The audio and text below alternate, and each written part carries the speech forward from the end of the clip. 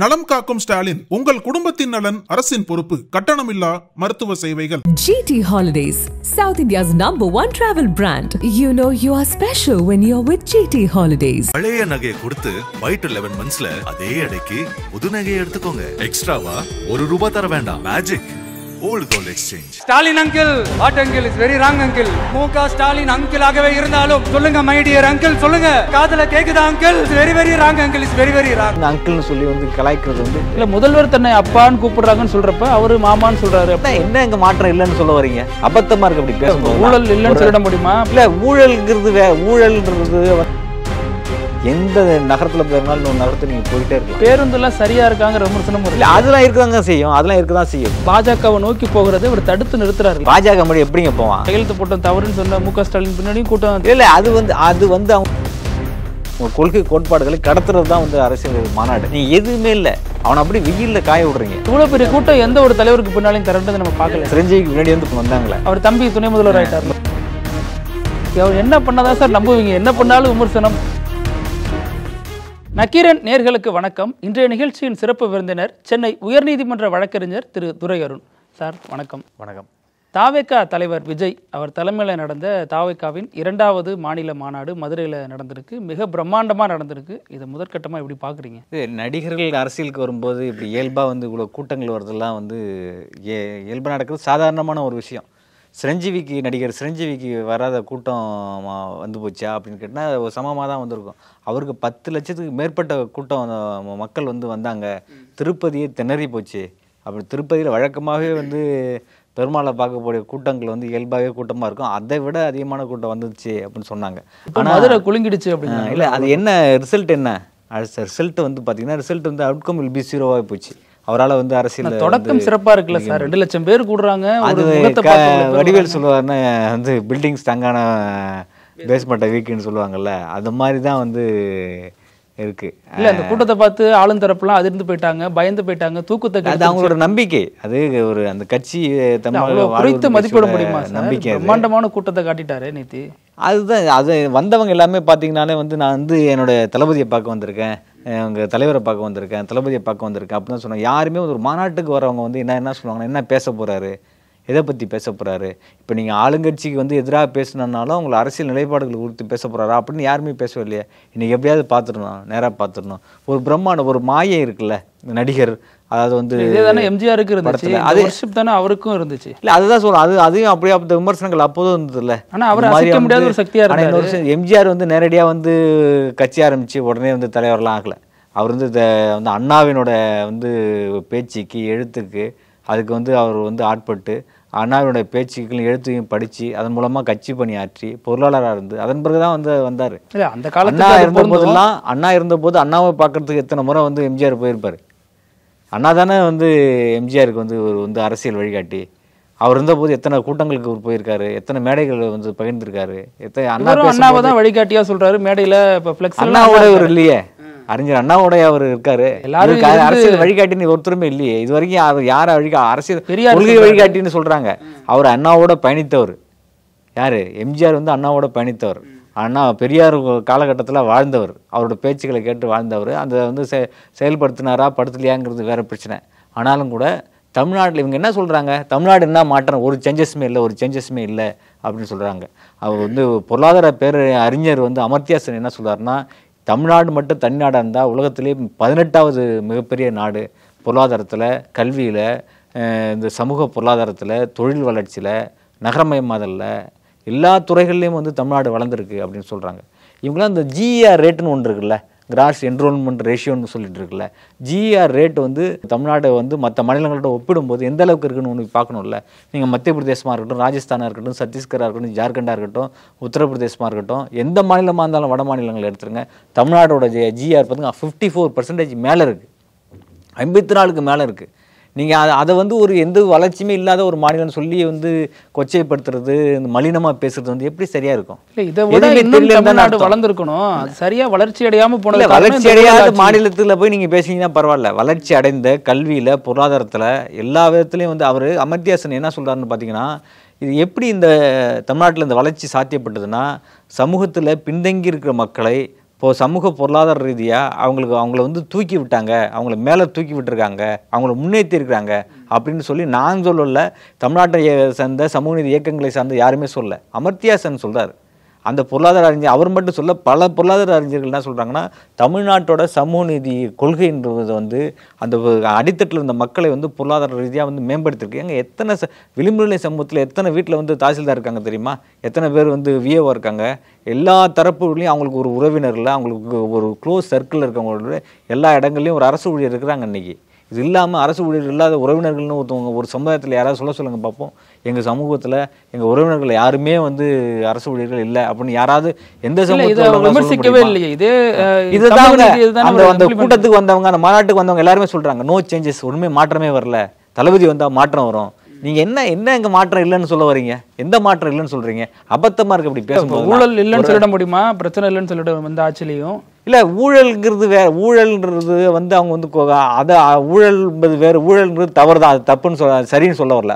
மாற்றங்கிறது என்ன? சமூக பொருளாதார மாற்றம்னு ஒன்று இருக்குல்ல. ஊழல்னா அதிகப்படியான ஊழல் பண்ண ஜெயலலிதா தான். ஜெயலலிதா பத்தி பேச துணிச்சல் இருக்கா விஜய்க்கு? ஏ1 குற்றவாளின்னு சொல்லிட்டு நீதிமன்றத்தால் வந்து தண்டிக்கப்பட்டு சிறைக்கு போனாங்க இல்லையா? அவங்கள பற்றி பேசுறதுக்கு உங்களுக்கு தெம்பும் திராணி இருக்கா? அதை பற்றி பேசுறதுக்கு தைரியம் இருக்கா? அதிமுக விமர்சிச்சிருக்காரு இந்த மாநாடு. இல்லை, அதிமுக எம்ஜிஆர் இருந்த கட்சி வந்து இப்படி போயிருக்கு அப்படின்னு சொல்கிறாங்க. அதோடு இல்லாமல் நான் சிங்கம் தான் வந்து சிங்கத்துக்கு தான் வந்து நான் வந்து சிங்கம் போல எப்போயாவது தான் வேட்டையாட வருவேன்னு சொல்கிறாரு. அப்படி கிடையாது அரசியல்ன்றது. சிங்கங்களுக்கு மட்டும்தான் அரசியலா? முயல், மான், வந்து குயில், இவங்களுக்கெல்லாம் வந்து மயிலுக்கெல்லாம் வந்து கோஎக்ஸிஸ்டன்ஸ் தானே. எல்லாரும் இணைந்து வாழ்றது தானே சார் அரசியல். எல்லாரும் இணைந்து வந்து பயணிக்கிறது தானே வந்து வாழ்க்கை பயணம். சிங்கத்துக்கு மட்டும் சிங்கம் போல் உன்னை வந்து உருவகப்படுத்துறது வந்து உங்களை வந்து ப்ரொஜெக்ட் பண்ணுறதுங்கிறது எப்படி வந்து how can it be fair? நீங்கள் வந்து எல்லாத்தையும் வந்து உங்கள் மக்களுக்கு வந்து இப்போ நான் என்ஷூர் தட் இந்த ஆகஸ்ட் கேதரிங் அப்படிலாம் பேசுகிறது இதெல்லாம் என்னன்னு உங்கள் மக்களுக்கு தெரியுமா? அங்கே வந்திருக்கவங்களுக்கு தெரியுமா? உங்களை பார்க்க வராங்க, நீங்கள் ஒரு பெரிய நடிகர் இல்ல, அதுதானே முதல் படி. தன்னை பார்க்க அவ்வளவு பேர் வராங்க, அவங்களை அரசியல் படுத்துறதுக்கான எந்த அரசியல் படுத்துறது எப்படி பண்ணணும்? நண்பனே, நீயும் நானும் வந்து சமமான நண்பர்கள். உனக்கு என்ன அரசியல் வந்து சமூக பொருளாதார உரிமைகள் இருக்கோ, எனக்கு என்ன அரசியல் சமூக பொருளாதார உரிமைகளோ அது உனக்கும் உண்டு. இப்படி பேசுறது தான் அரசியல் படுத்துறது. நான் சிங்கம், நான் எப்பயா தான் வருவேன் அப்படின்னு சொல்லிட்டு இந்த அரசியல் கர்ஜனை, அந்த அதிகாரத்தில் பேசுறது இருக்குல்ல, அது எப்படி சரியா இருக்கும்? அதிகார தோரணையில பேசுறத வந்து எப்படி நீங்க சரின்னு சொல்லுவீங்க? இப்படி அதிகார தோரணையில பேசிதான் அந்த தமிழ்நாட்டை கெடுத்துட்டாங்க நீங்க சொல்றீங்க.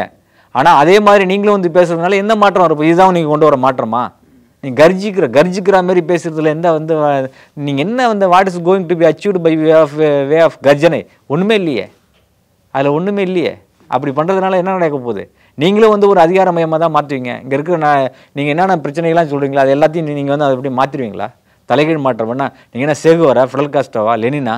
உடனே வந்து 67 அண்ணா ஆட்சிக்கு வந்திருக்காங்க. இல்ல, அவங்க என்ன சொல்றாங்க, அவங்க தலைகீழ் மாற்றத்தை நாங்கள் கொண்டு வர போகிறோம், அரசியல் புரட்சி வெடிக்குன்னு சொல்கிறாங்க. நீங்கள் வந்து ஆயுதமேந்தி போராடக்கூடிய வந்து நக்சல்பாரிகளோ இல்லை வந்து ஆயுத குழுக்களோ கிடையாது. இங்கே தலைகீழ் மாற்றத்தை கொண்டு வர முடியாது. இந்த அரசமைப்பில் இருக்கக்கூடிய வாய்ப்புகள் என்ன வழங்கியிருக்கோ அதை தான் நீங்கள் மாற்ற முடியும். சரியா? இங்கேருந்து இந்த அரசுக்கு கட்டமைப்புக்கு எதிராக போராடிட்டு இருக்காங்கல்ல, இங்கே வந்து சுரண்டல் ஆட்சி இருக்குது, அதுக்கு எதிராக வந்து மக்கள் போராட்டம் நடத்தணும். மக்கள் போராட்டத்தின் மூலமாக வந்து புரட்சி, மக்கள் மத்தியில் வந்து எழுச்சி ஏற்பட்டு புரட்சி ஏற்படும். புரட்சி ஏற்படும் போது வந்து பாட்டாளி வர்க்க சர்வாதிகாரம் வரும்னு சொல்லிட்டு கம்யூனிஸ்ட் போராளிகள் குழுக்கெல்லாம் சொல்லும். அது மாதிரியா பேசுறாரு அவரு. புரட்சி ஏற்படுத்துற மாதிரி தோற்றத்தை தரலையா? என்ன புரட்சி? என்ன அது சிரஞ்சீவி ஏற்கனவே காட்டிட்டாருங்க. அது மாதிரி விஜயகாந்த் காட்டாததியா, சிரஞ்சீவி காட்டாததியா? மூன்றாவது சொல்றாங்கல்ல, கூடி கலையிற கூட்டம். அதாவது என்ன பாத்தீங்கன்னா, இது என்னன்னா அவரை பார்த்துட்டு அந்த ரேம்ப் வாக் வந்ததுக்கு அப்புறம் நிறைய பேர் கலைஞ்சு போயிட்டாங்கன்னு சொல்றாங்கல்ல. 1 லட்சம் வந்து நாற்காலிகள் உடைஞ்சு போச்சுன்னு சொல்றாங்கல்ல, உடைஞ்சு போச்சுன்னு சொல்கிறாங்களே, பலாயிரக்கணக்கான நாற்காலிகள் உடைஞ்சு போச்சுன்னு சொல்கிறாங்கல்ல. நான் என்ன ஒரு அரசியல் படுத்துதல் மாநாடுன்னு என்னங்க? உங்கள் கொள்கைகளை உங்களை வந்து நாடகத்தின் மூலமாக, பேச்சுகளின் மூலமாக, பட்டிமன்றத்தின் மூலமாக, இசை மூலமாக கொண்டு போய் கடத்துறது தான். உங்கள் கொள்கை கோட்பாடுகளை கடத்துறது தான் வந்து அரசியல் மாநாடு. நீங்கள் எதுவுமே இல்லை, அவனை அப்படி வெயிலில் காய விடுறீங்க. ஒரு 6 அடிக்கு வந்து ஒரு பெரிய சோறு எழுப்பின மாதிரி ஒரு கம்பியை வச்சு முள்வேலி முகாமில் வச்சுருந்தாங்களே ஈழத்தில், இப்போ வந்து அந்த அப்பாவி மக்களை வந்து தமிழீழ மக்களை வந்து ஒரு தடுத்து நிறுத்தி வச்சுட்டு அவங்கள அந்த இடத்துலேருந்து வெளியே வர்றதுக்கு வந்து வாய்ப்பே கொடுக்காம தடுத்து நிறுத்தி வச்சு ஒரு வந்து கொடூரமான வதை முகாம் மாதிரி வச்சுருந்தாங்களே, அது மாதிரில நீங்கள் ஒரு பெரிய 6 அடிக்கு வந்து வேலையை கட்டி அதை வந்து கிரீஸை தடவுறீங்களே, இதெல்லாம் நியாயமா? உங்கள் சொந்த கட்சிக்காரன் உங்களை வந்து பார்க்க வந்திருக்கான், அவனை இப்படி தான் வந்து இழிவுபடுத்துறதா? சார் அவருக்குன்னு ஒரு பாதுகாப்பு நம்ம ஒரே நேரத்தில் பாதுகாப்பு நான் வந்து அந்த கிரீஸ் தடுவதெல்லாம் என்னங்க அர்த்தம்? உங்கள் கட்சிக்காக தானே வராங்க, உங்களுக்கு தானே அவன் ஓட்டு போட போகிறான் அப்படின்னு நீங்கள் சொல்கிறீங்க. அப்படியே அப்பத்தவனை வந்து நீங்கள் இப்போ அப்போ என்ன அர்த்தம்? நீ ஒரு ரசிகர் மனப்பான்மையில் தானே படுறீங்க. ஒரு படத்தில் நேரில் ரவியில் சொல்லுவானே, இவன்லாம் வந்து இவனை யாரா அவனுக்காக கட்சி கொடி கட்டுறதுக்காக வந்து ரசிகர் மன்றம் வச்சு செத்துருவான். செத்து போன பிறகு ஒருத்தர் இறந்து போகிற போது வந்து இவனை யாரையா நானா சாவ சொன்னேன் அப்படின்னு சொல்லுவார் ஒரு படத்தில். நேரில் ரவி ஒரு படத்தில் சொல்லுவார். அதே மாதிரி தான் இருக்குது. எதுக்கு நீங்கள் வந்து ஒரு மாநாட்டை வந்து எதுக்கு 5:30 மணிக்கெலாம் முடிக்கிறீங்க? எல்லா உலகத்திலேயே வந்து எல்லா மாநாடுகளுமே 6 மணிக்கு மேலே தான் நடக்கும். 5:30 மணிக்குள்ள முடிக்கல. என்ன கான்செப்ட்னே தெரியலையே. அப்போ உங்களை சீக்கிரம் வீடு போய் சேரணும். இல்லை ரைட்டு, உங்களை பேச்சை கேட்கட்டு தான் வராங்க. முத நாளே வர்றாங்கல்ல, அவங்களாம் வந்து 2 மணி நேரத்தில் கிளம்பி போகிறதுக்காக வர்றான். அப்படிலாம் இல்லையே. நீங்கள் எதை கொடுக்க போகிறீங்க மக்களுக்கு? எதை கொடுக்க போகிறீங்க? மாற்றத்தை கொடுக்க போகிறோம். மாற்றத்தை கொடுங்க. ஏன் மாற்றத்தை தான் கொடுத்துருக்கீங்களே தவிர மாற்றத்தை கொடுக்கவே இல்லை. அங்கேருந்து வரான், அவனுக்கு வந்து ஒரு ஷெட்டு போட்டிங்களா, ஒரு கூரை போட்டு கொடுத்தீங்களா? அது இல்லை. எல்லா கட்சி மாநாடுகளில் பாருங்கள், யாரெல்லாம் குறை சொல்கிறாங்களோ, அதிமுக குறை சொல்கிறாங்க, திமுக குறை சொல்கிறாங்க, எல்லாரையும் குறை சொல்கிறாங்களா, அவங்களாம் எப்படி மாநாடு போடுறாங்கன்னு பார்க்கணும்ல சார். அவங்கெல்லாம் ஊழல் செய்கிற கட்சி, இவங்க ஊழல் இல்லாத கட்சி, பண வசதி இல்லாத கட்சிங்கிறது சொல்கிறதுக்கு ஏதாவது ஒரு நியாயம் இருக்குதா? கேரளாவிலேருந்து சேர கொண்டு வரவங்களை போய் பணம் இல்லாத கட்சின்னு சொன்னால் எப்படிங்க யாருங்க நம்புவாங்க? இவ்வளோ பெரிய பிரம்மாண்டமான ஒரு அரங்கத்தை ஏற்பாடு பண்ணுறாங்க. ஆனால் வரக்கூடிய மக்களுக்கு வந்து ஒரு பாதுகாப்பு ஏற்படுத்தணும்ல, ஒரு பாதுகாப்பு உணர்வு வேணும்ல. எத்தனை பேர் 2 பேர் இறந்தே போயிட்டாங்க. அதை பற்றி பேசலங்கிற சர்ச்சையும் போயிட்டு இருக்கு. 2 பேர் இறந்தே போயிட்டானுங்க. 2 பேர் இறந்து போயிட்டான்ல. அப்போது அவங்களுக்கான வந்து நீங்கள் வந்து அடிப்படை கட்டமைப்பு வசதிகளை ஏற்படுத்தி கொடுக்கணும்ல. சும்மா வர்ற கூட்டத்தை வந்து அப்படியே பயன்படுத்திட்டு போகிறது வந்து இந்த சரியாக இருக்காதுல்ல. மாநாட்டில் இருக்கல வரும் வழியில் ஒருத்தர் இருந்தார், ஒருத்தர் பேனர் வைக்கிறப்ப இருந்தார், அப்படி தானே? இல்லை, அது வேற. 2வது வந்து மயக்கம் அடைஞ்சு எத்தனை பேர் போனாங்க? நீங்கள் வந்து 100 டிகிரிக்கு மேலே வந்து வெயில் இருக்குன்னு சொல்லி வந்து வெதர் ரிப்போர்ட்லாம் சொல்லுது, வானிலை ஆய்வாளர்கள்லாம் சொல்லிட்டாங்க. அதுக்கு தகுந்த மாதிரி நீங்கள் வந்து ஏற்பாடு பண்ணியிருக்கணும். எதுவுமே பண்ணவே இல்லையே. நீங்கள் பேசக்கூடிய அரசியல், நீங்கள் பெரியாரை பற்றி பேசுங்க, யாரும் பேச வேணான்னு சொல்ல, அண்ணாவை பற்றி பேசுங்க, பேச வேணான்னு சொல்ல. ஆனால் இந்த இருக்கக்கூடிய கட்சிகள் வந்து இந்த மாற்றத்தை ஏற்படுத்தியிருக்குல்ல. எல்லா மாவட்டங்கள்லேயும் வந்து மருத்துவக் கல்லூரி, மருத்துவமனைகள் இருக்குல்ல. எல்லா மாவட்டங்கள்லேயும் வந்து கல்லூரிகள் இருக்குல்ல. முன்னாடிலாம் வந்து ஒரு கல்லூரிக்கு போனால் 50 கிலோமீட்டர், 100 கிலோமீட்டர், 200 கிலோமீட்டர் போகணும். இப்போ எல்லா மாவட்டங்கள்லேயும் கல்லூரிகள் இருக்குது. அப்புறம் வேளாண் கல்லூரி, அறிவியல் கலைக்கல்லூரிகள் இருக்குது, தொழில்நுட்ப கல்லூரி இருக்குது, இன்ஜினியரிங் காலேஜ் இருக்குது, ஈவன் மெடிக்கல் காலேஜ் கூட வந்துடுச்சு. 28 மாவட்டங்களில் எல்லா பெரும்பாலான மாவட்டங்களில் வந்து மெடிக்கல் காலேஜஸ்லாம் வந்து போச்சு. இந்த கட்டமைப்பை உருவாக்கியிருக்க ஒரு நாட்டை போய் நீங்கள் வந்து ஒரு மாற்றமுமே இல்லை அப்படின்னு சொன்னால் என்ன அர்த்தம்? கேரளாவுக்கு போங்க, நைட்டில் 10 மணிக்கு மேலே பஸ் கிடையாது. கர்நாடகாவுக்கு போங்க, பஸ் வசதியே கிடையாது. நைட்லாம் வந்து நீங்கள் வந்து நார்த் கர்நாடகாவெலாம் போய்னா உங்களுக்கு பஸ்ஸே கிடையாது. அதே மாதிரி தான் ஆந்திராவிலையும் அப்படி தான், பஸ் கிடையாது. ஆனால் தமிழ்நாட்டில் 24 மணி நேரமும் உங்களுக்கு வந்து பேருந்து வசதி உண்டு. எந்த நகரத்தில் போயிருந்தாலும் இன்னொரு நகரத்தை நீங்கள் போயிட்டே இருக்கலாம். அப்படி தடையற்ற இங்கே போக்குவரத்து வசதி இங்கே வாய்ப்பு ஏற்படுத்தப்பட்டிருக்கு. இங்கே வந்து சுகாதாரம் அப்படி இருக்குது. பொது சுகாதாரத்தில் தமிழ்நாடு பேருந்துலாம் சரியாக இருக்காங்க விமர்சனமும் இல்லை. அதெல்லாம் இருக்க தான் செய்யும். கிட்டத்தட்ட வந்து இங்கே பல ஆயிரக்கணக்கான பேருந்துகள் வேணுங்கிற ஒரு நாட்டில் வந்து அதை விட கம்மியாக தான் ஓடிட்டு இருக்கு அப்படின்னு சொல்கிறாங்க. அந்த வசதி வாய்ப்புகள் கூட மற்ற மாநிலங்கள் இல்லை. நீங்கள் வந்து விதர்பா ரீஜனுக்கு போய் பாருங்களேன். விதர்பா ரீஜனுக்கு போனால் தானே உங்களுக்கு தெரியும். இங்கே இருந்துட்டு தமிழ்நாட்டில் இருந்துக்கிட்டு இங்கே எல்லாமே என்ன சொல்கிறாங்க, தமிழ்நாடு வளரலன்றாங்க. நீங்கள் விதர்பா ரீஜனுக்கு போங்க. விதர்பா ரீஜன், நான் நாக்பூரில் உள்ள அங்கே உள்ள ஜெயிலுக்கு போயிட்டு வந்தோம். நாக்பூரில் உள்ள ஜெயிலுக்கு போயிட்டு வந்தால் இந்த ஸ்டாம்ப் பேட் வச்சுருக்கான் சார். கை நாட்டு வைக்கிறதுக்கான ஸ்டாம்ப் பேட் வச்சுருக்கான். தமிழ்நாட்டில் எந்த சிறைக்கு வேணாலும் போங்க, எல்லாரும் கையெழுத்து போடுற அளவுக்கு இங்கே வந்து படிச்சிருக்காங்க, வளர்ந்துருக்காங்க. அங்கே இன்னும் எந்த மாற்றமுமே இல்லாமல் வந்து நாக்பூர், மகாராஷ்டிரா மாநிலத்தில் மகாராஷ்டிரா வளர்ந்த மாநிலம்னு சொல்கிறாங்க. ஆனால் அதில் நாக்பூர் பகுதி வந்து ரொம்ப பின்தங்கி இருக்கக்கூடிய ஒரு பகுதியாக இருக்குது. இது இப்படிலாம் வந்து தமிழ்நாடு வந்து பல தளங்களில் வளர்ந்துடுச்சு. இந்த ஒரு ஊரை வந்து நீங்கள் வளரவே இல்லை அப்படின்னு சொல்கிறது வந்து என்ன மாற்றத்தை நீங்கள் கொண்டு வர போகிறீங்க? கல்வியில், பொருளாதாரத்தில் அப்படி ஒரு தவறான ஒரு பிம்பத்தை, ஒரு பிரச்சாரத்தை கொண்டு போகிறாங்க. கல்வியில், பொருளாதாரத்தில், சமூக மேம்பாட்டில், சுகாதார வந்து கட்டமைப்பில், போக்குவரத்து கட்டமைப்பில், எல்லா விதத்துலையும் வந்து வளர்ந்த ஒரு மாநிலமாக தமிழ்நாட்டுக்குள்ள போதாமைகள் இருக்கலாம், குறைபாடுகள் இருக்கலாம். ஆனால் இந்த போதாமைகள், குறைபாடுகளை விட வச்சுக்கிட்டு தான் இந்த தமிழ்நாடு இந்த அளவுக்கு வளர்ந்துருக்கு. இந்த வளர்ச்சி வாய்ப்புகள் கூட மற்ற மாநிலங்கள் இல்லையே. அதெல்லாம் பேசணும். நீங்கள் வந்து பீகார்லேயோ, சத்தீஸ்கர்லேயோ, ஜார்க்கண்ட்லேயோ, உத்தரப்பிரதேஷ்லேயோ, மத்திய பிரதேஷ்லேயோ, ராஜஸ்தான்லேயோ என்ன வளர்ச்சி இருக்குங்கிறத கம்பேர் பண்ணி பார்க்கணும்ல. அதனால தான் அமர்த்தியா சென் சொல்கிறாரு, இந்த மாநிலங்கள் எல்லாம் ஒப்பிட்டு பார்க்கும்போது தமிழ்நாடு தனிநாடாக இருந்தால் 18வது இடத்துல இருக்கும் உலகத்தில் அப்படின்னு சொல்கிறாங்க. அப்படியாப்பட்ட வளர்ந்த ஒரு மாநிலத்தை போய் ஒரு வளர்ச்சியுமே இல்லை, எங்கள் தளபதி வந்து மாற்றுவார் அப்படின்னு சொல்கிறது எந்த விதத்தில் நியாயம்?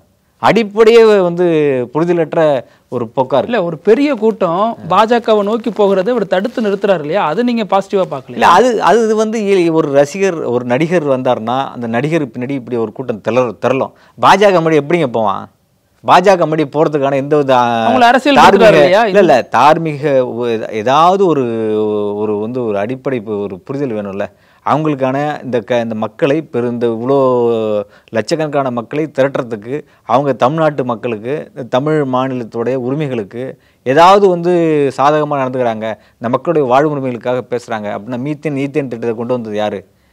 இந்த மண்ணுடைய மக்களை வந்து இந்த மண்ணை வந்து சீரழிக்கக்கூடிய மீத்தேன் திட்டத்தை கொண்டு வராங்க, ஹைட்ரோ கார்பன் திட்டத்தை கொண்டு வராங்க. அவங்களுக்கு பின்னாடி எப்படி மக்கள் திரளுவான்? அவங்க பின்னாடி எப்படி மக்கள் போவாங்க? இல்லை கொண்டு வந்தது தவறு, நாங்கள் கையெழுத்து போட்டோம் தவறுன்னு சொன்ன மு க ஸ்டாலின் பின்னாடியும் கூட்டம் இல்லை.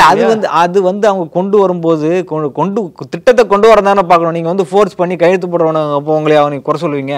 திட்டத்தை கொண்டு வரது யாருன்னு இப்போ வந்து தூய்மை பணியாளர் போராட்டம் நடக்குதுல்ல, NULMங்கிற ஒரு ஸ்கீம் கீழே எல்லாரையும் கொண்டு வாங்கன்னு சொல்லி இந்திய ஒன்றிய அரசு வந்து எல்லாரையும் வற்புறுத்துது இல்லை. NULM என்ன நேஷ்னல் அர்பன் லிவிங் மிஷன் ஒன்று கொண்டு வராங்க இல்லையா? அந்த NULM கீழே வந்து முழுக்க தனியார்மயப்படுத்த தான் போகுது. அதை பற்றி யாருமே பேசுறது இல்லையே. அந்த ஒரு திட்டத்தை கொண்டு வராங்க. ஆனால் இன்றைக்கி தமிழிசையெல்லாம் போயிட்டு வந்து தமிழ்நாடு அரசு வந்து தனியார்மயப்படுத்துது அப்படின்னு சொல்கிறது இது வந்து முன்னுக்கு முரணால இருக்குது. இப்படி வந்து தமிழ்நாட்டு மக்களுடைய கல்வி, பொருளாதார, வேலைவாய்ப்பு, மாநில உரிமை, மொழிக்கு எதிராக வந்து நீங்கள் இந்தியை திணிப்பீங்க. அப்படிலாம் இருக்கும்போது வந்து இந்தியை திணிக்கிறதோடு மட்டும் இல்லாமல் சமஸ்கிருதம் தான் வந்து சிறந்த மொழின்னு சொல்லிட்டு RSS தலைவர் பேசுகிறாரு. இப்படியாப்பட்ட ஒரு கட்சி அந்த அங்கத்தோட அந்த அமைப்போட எப்படி தமிழ்நாட்டு மக்கள் போவாங்க? அப்படிலாம் போகிறதுக்கான வாய்ப்பே கிடையாது. இதெல்லாம் ஒன்றுமே தெரியாமல் இருப்பாங்க. எப்போதுமே வந்து திமுகவுக்கு எதிராக அதிமுகவுக்கு எதிராக பேசக்கூடிய மக்கள் இருக்க தான் செய்வாங்க. அந்த செக்டாரை வந்து ஆர்கனைஸ் பண்ணுறது சினிமாவுக்கு போகிறவங்க எல்லாருமே வந்து அரசியல் பொறுத்தோடு இருப்பாங்களா அப்படின்னு எதிர்பார்க்க முடியாது. நிச்சயமா இருக்க நடிகர்கள் இவர் அரசியல் படுத்துவார் இல்லையா? இல்லை அதுக்கான வாய்ப்புகளே அதை பண்ணுங்கன்னு தான் நாங்கள் சொல்கிறீங்க, பண்ணவே மாட்டீங்களே. என்ன சொல்கிறோன்னா நீங்கள் எல்லா மாநாடுகள்லையும் வந்து கலை நிகழ்ச்சிகள் நடக்குங்க. அந்த கலை நிகழ்ச்சி மூலமாக ஒரு அரசியலை கடத்துவாங்க மக்கள்கிட்ட. நீங்கள் வந்து ஒரு நாடகத்தின் மூலமாக அரசியலை கடத்துவாங்க மக்கள்கிட்ட. ஒரு சின்ன இயக்கங்கள் கூட கலை நிகழ்ச்சி நடத்துவாங்க, இசை நிகழ்ச்சி நடத்துவாங்க. அதன் மூலமாக வந்து இசை நிகழ்ச்சி, நாடகம், கவிதை, கட்டுரை போட்டிகள் நடத்தி அந்த நிகழ்ச்சிகளை நடத்தி அதன் மூலமாக அரசியலை கடத்துவாங்க. அவங்க என்ன கொள்கை பேசுறாங்க, அவங்க செயல் திட்டம் என்ன, வேலை திட்டம் என்ன அப்படின்னு பேசுவாங்க. இவரும் சொல்றாரு சார், அவர் பேசுறது வேற சார். அவர் திரும்பி வாங்குங்கங்கறாரு, கச்சத்தீவை திருப்பி வாங்குவீங்களான்னு கேள்வி கேட்கறது வேற. நீட்டுனால என்ன பாதிப்பு இருக்கு அப்படிங்கறத வந்து நீங்க வந்து ஒரு கதை வடிவமா, எழுத்து வடிவமா, நாடக வடிவமா மக்கள்கிட்ட சொல்லணும்ல. இதுவும் ஒரு பிரச்சாரம் பேசுறாரு. நீங்க அந்த நீட்டை செய்வீங்களான்னு சொல்லும் போது உன்னை போட்டோ எடுக்க தான் நினைக்கிறான்.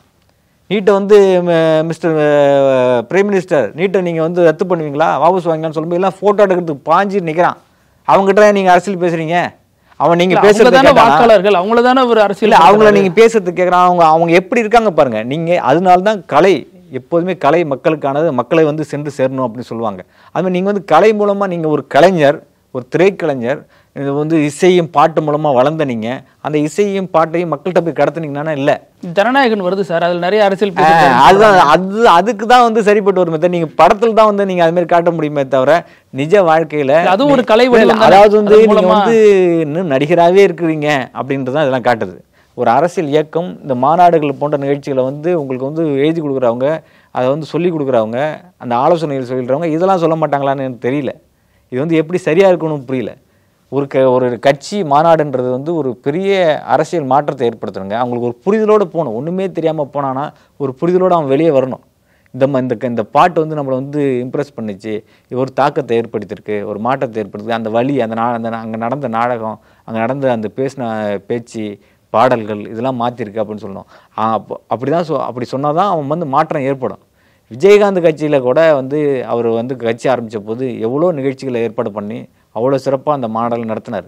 ஆனால் இப்போ பார்த்தீங்கன்னா அதுக்கு நேர் மாறால இவங்க அந்த மாதிரியான எந்த கலை வடிவத்தையும் இவங்க வந்து அணுகவே இல்லையே.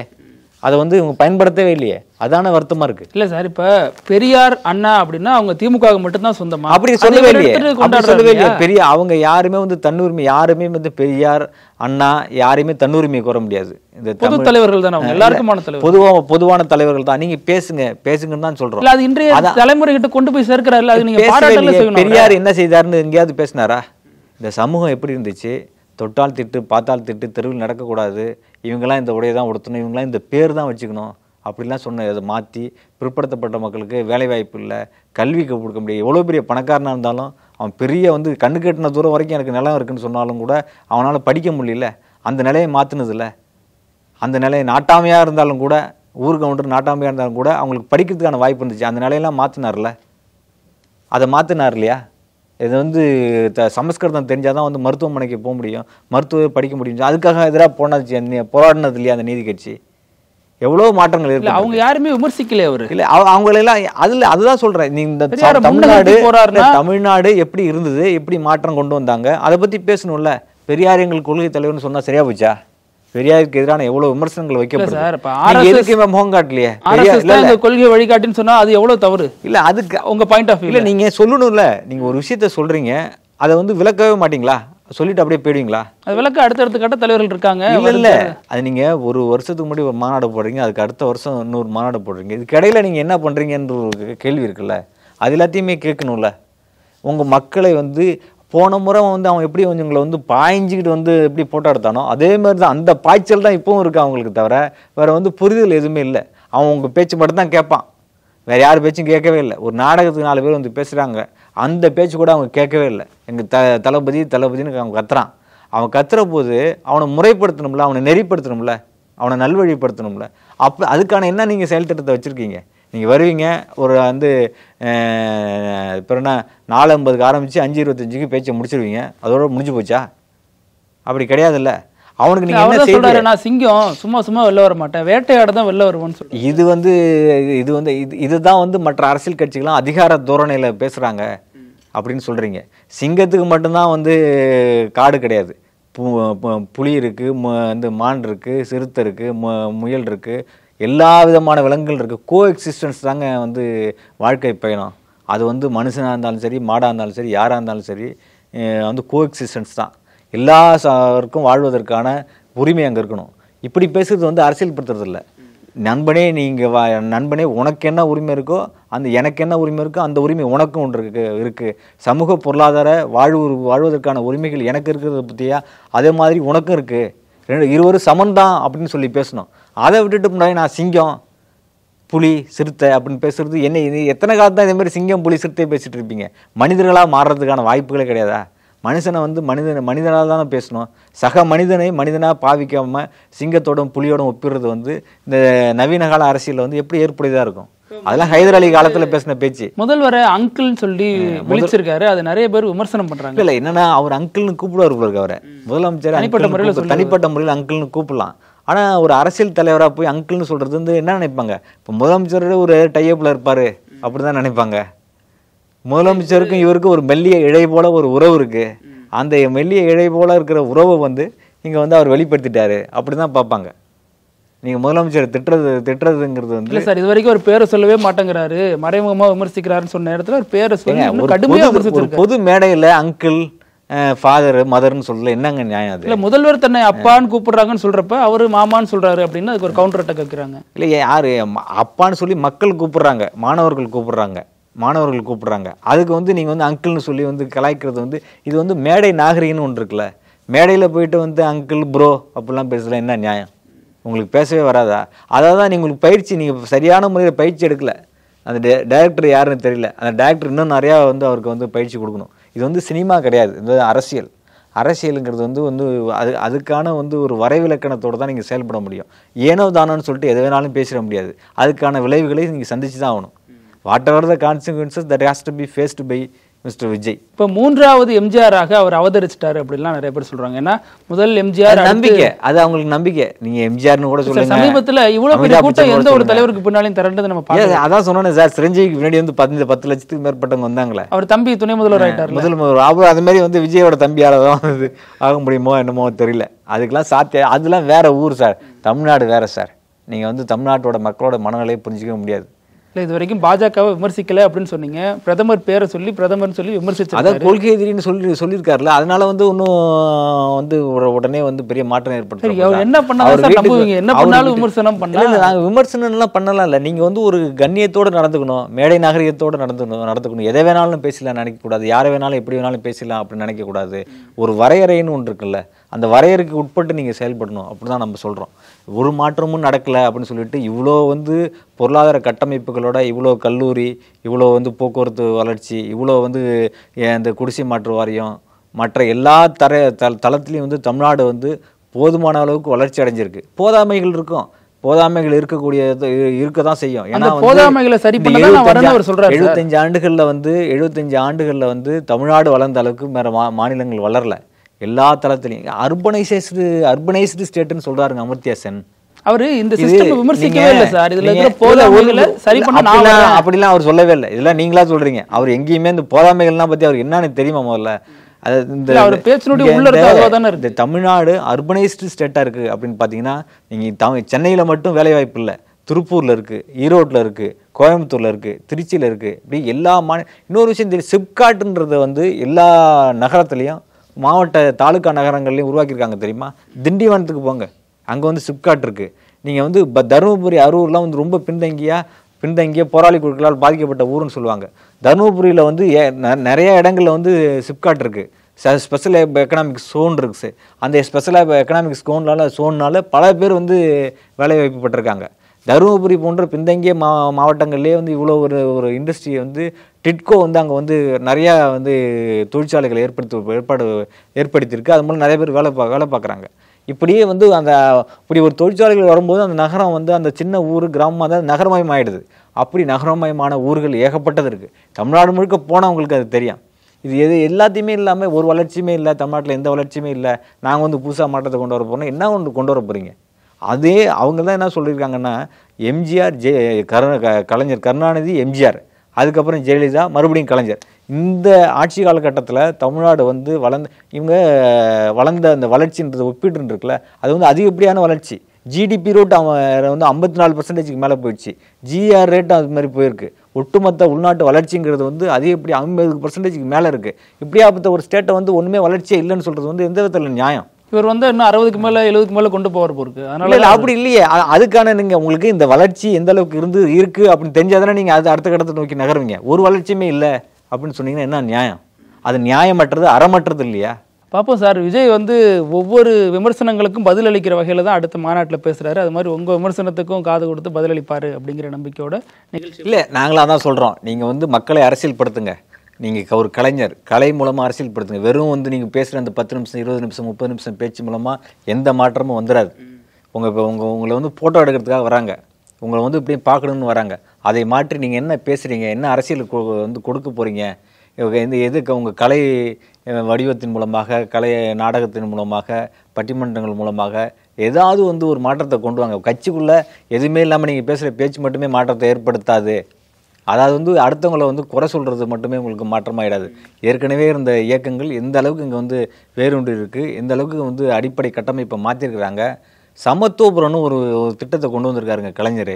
அதை வந்து தமிழ்நாட்டை தவிர வேறு எந்த மாநிலத்திலாவது வந்து நடைமுறைப்படுத்திருக்காங்களா பார்த்தீங்களா? ஏன்னா நடைமுறைப்படுத்த முடியல. அவ்வளோ அந்த அளவுக்கு ஜாதி ஆதிக்கம் அந்த மாநிலங்களில் இருக்குது. இங்கே அதை வந்து தகர்த்துருக்காரு. இங்கேயும் நடக்கும். ஆணவ கொலை நடக்கலையான்னு கேட்கலாம். இது 2000 ஆண்டுகால பிரச்சனை. நீதி கட்சி என்பது 100 ஆண்டுகளாக வந்து சமூக நீதி பேசுகிற இயக்கங்கள் 100 வருஷமாக தான் இருக்குது. 2000 ஆண்டுகால அந்த ஜாதி பிரச்சனையை 100 வருஷமான இந்த கத்தி இன்னைக்காவது வெட்டி தீர்க்கும். அதுக்கு it will take some more time, நாட்கள் எடுக்கும், மாற்றம் வரும். பார்ப்போம் சார். வாகை சோடும் வரலாறு திரும்புதா அப்படின்னு பார்க்கலாம். நேரத்துக்கு ரொம்ப நன்றி. நக்கீரன் டிவிக்கு சப்ஸ்கிரைப் செய்யுங்கள். உங்கள் ஆதரவே எங்கள் பலம். ஆசிரியர்களுக்கு நண்பனாகவும் மாணவர்களுக்கு ஆசானாகவும் திகழும் தேர்வு வழிகாட்டி. ஒவ்வொரு பாடத்திற்கும் அனுபவமிக்க ஆசிரியர்களின் துல்லியமான தெளிவான விடைகள். CNC இருக்கு, தேர்வு பயம் எதற்கு? இது தீரன் பப்ளிஷிங் ஹவுஸ் விற்பனை வெளியீடு.